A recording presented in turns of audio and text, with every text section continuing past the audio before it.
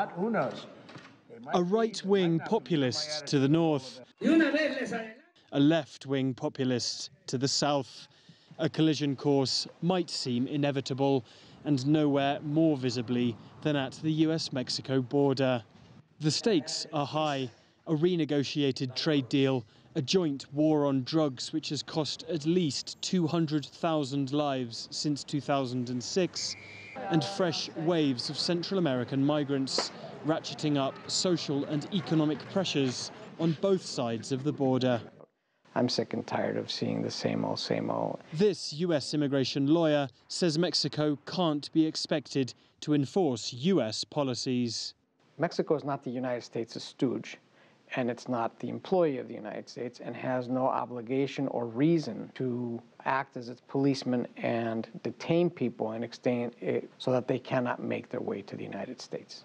When Mexico does not impede Central Americans from reaching the U.S. border, that is going to be a thorn in Trump's side. But maybe less thorny than it once appeared. Lopez Obrador was tough on Mexico's northern neighbor on the campaign trail.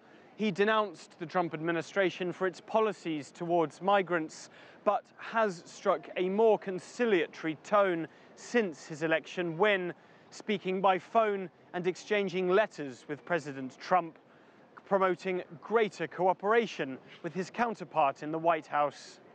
Since his election win in July, Lopez Obrador, known here by his initials AMLO, met with US Secretary of State Mike Pompeo.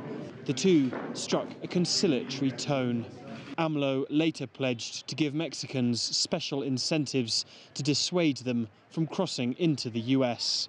He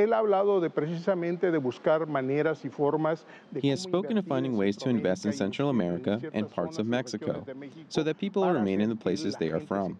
It's something which is possible. If there is the political and economic will, it can certainly be achieved. Some demographic realities make cooperation desirable, if not necessary. Some 35 million ethnic Mexicans live in the United States.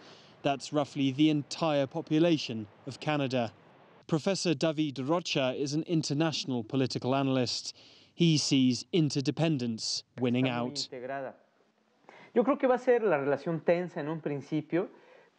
I think relations will be tense at first, but that with time, things will settle down. The incoming president understands, like all Mexicans, that we can't separate or fight with the United States.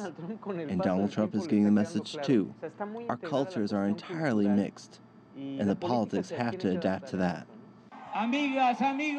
Mixed and literally inseparable, with a shared border more than 3,000 kilometers long and nearly 560 billion in bilateral trade last year. Alistair Baverstock, CGTN, Tijuana, Mexico.